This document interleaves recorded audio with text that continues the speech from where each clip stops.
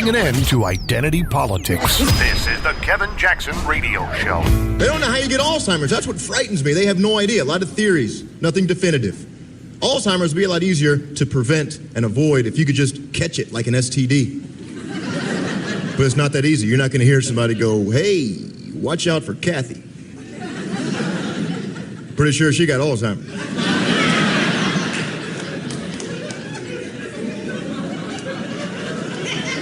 I went out with her last week, and now it burns when I think.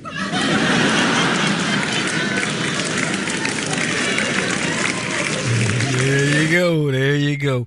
Glenn Campbell, gone at the age of 81. A couple days ago, a day or so ago. Poor guy, died of Alzheimer's. Told a friend of mine, she's a professor. We were having a conversation, and she says to me, Kevin, says my mom developed Alzheimer's, and she says it's just so sad. You go home and you expect mom to know all about you, right? You were a kid doing this, that, and the other. She goes, doesn't remember a thing.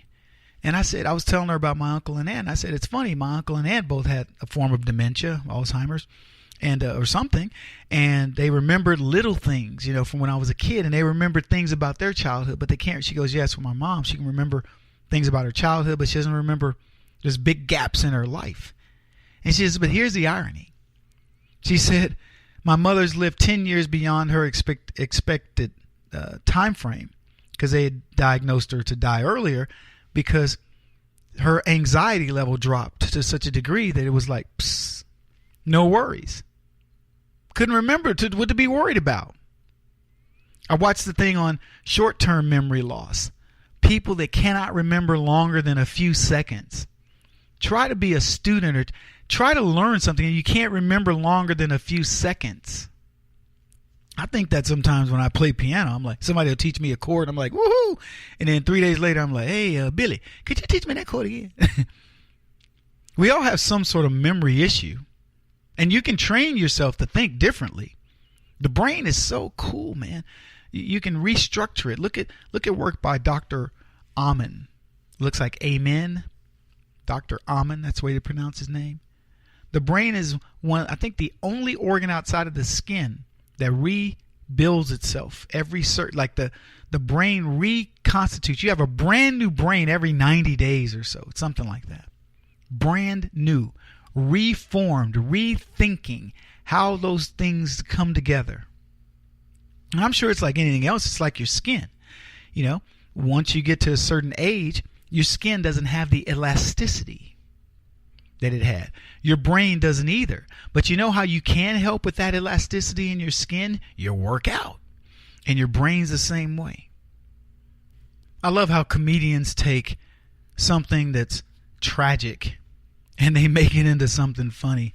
A guy says, when I think, it burns when I think. But, Alzheimer's is one of those diseases that you don't know when it creeps up. If you have a memory lapse, do you think, oh, shoot, do I have Alzheimer's? Is it preventable? What could I do? But the brain is a mystery. I'm glad I got Dr. Ben Carson as a friend. I can call him, hey, Dr. Carson, Kevin here. Hey, Dr. Carson, Kevin here. Yeah, Kevin, you said it. What? Help me, Dr. Carson. Anyway, I am sad to see Glenn Campbell go. We talked about it earlier, but I just found that clip, and one of my producers did, and I thought we'd play it as an homage. So what's going to happen? We're going to get rid of Mueller? What's the long game? How do you see things playing out? Do you want Mueller gone?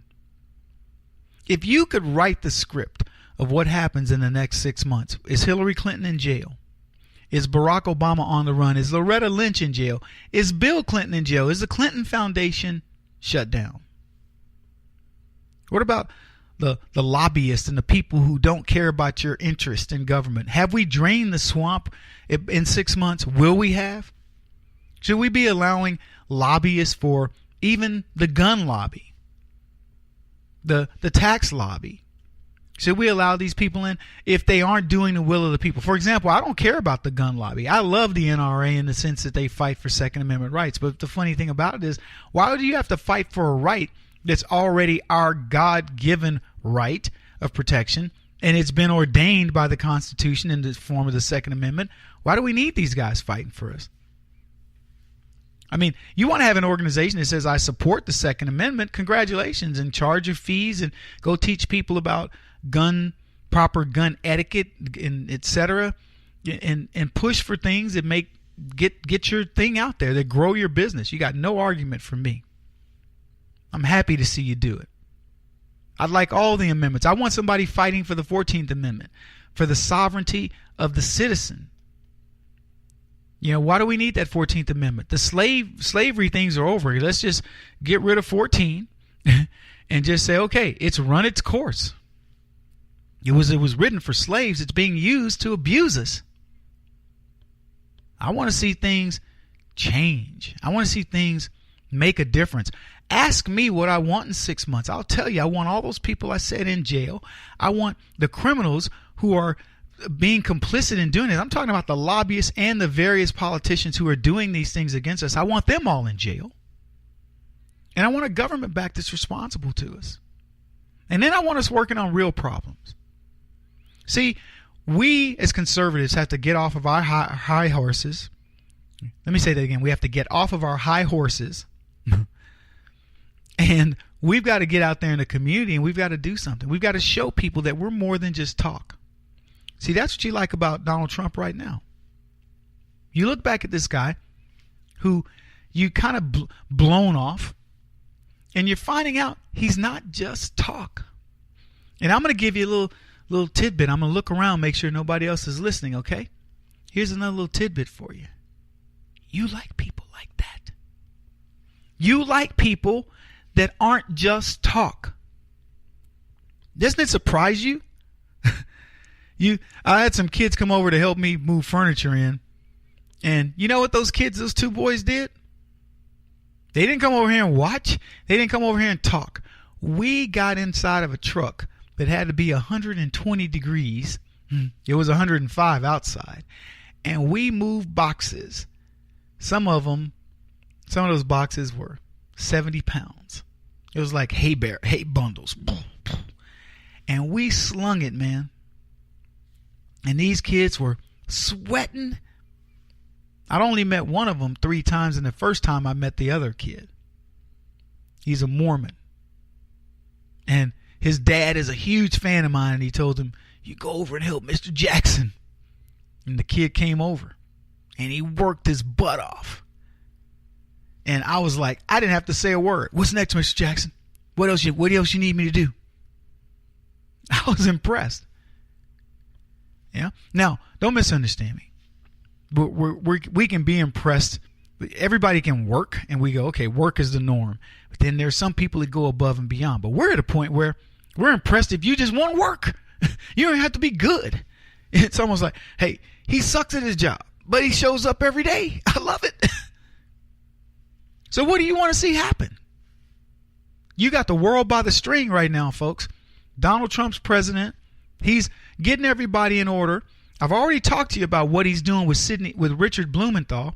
I said Donald Trump is doing one of the most strategic things with Richard Blumenthal ever. It was a great segment. I hope you listened to it, but I'll give you a little tidbit. He's sending a warning shot to every senator out there and every politician out there that if I decide to attack you, you're toast. Don't you think that's kind of cool? So what do you want to see? Who do you want to see go down? You tired of Mitch McConnell? You tired of Paul Ryan? Who are you tired of? Donald Trump doesn't have to attack anybody on the left unless he's making a point. He wants Pelosi in there. He wants Schumer in there. They're whipping whipping boys and girls. I'll figure it out. He wants them there.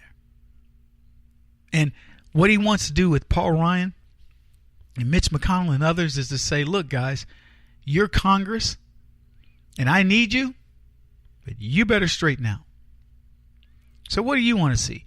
Well, I want you to imagine a world that you put together. What's that building in the empire? I see the commercials all the time. I want you to build your empire. Trump's running it, and you get to set his strategy. And let me know what you do. I'd be curious. You know my thoughts. I want to see this swamp drained. I want lobbyists gone. I want transparency. I want Donald Trump to open up the Komodo on everything Barack Obama did and let us know. You know why he doesn't do it? He's afraid to tell leftists how bad things are for them, how bad it got. And I think they're afraid to let us know that too. And I also want to know what Sessions' agenda is now. I'm getting some rumblings about him. So maybe we'll talk about that tomorrow. I got to leave it there, folks. He won't stop until he's the top-rated radio talk show host in America. What kind of weird competitive freak are you? This is the Kevin Jackson Radio Show.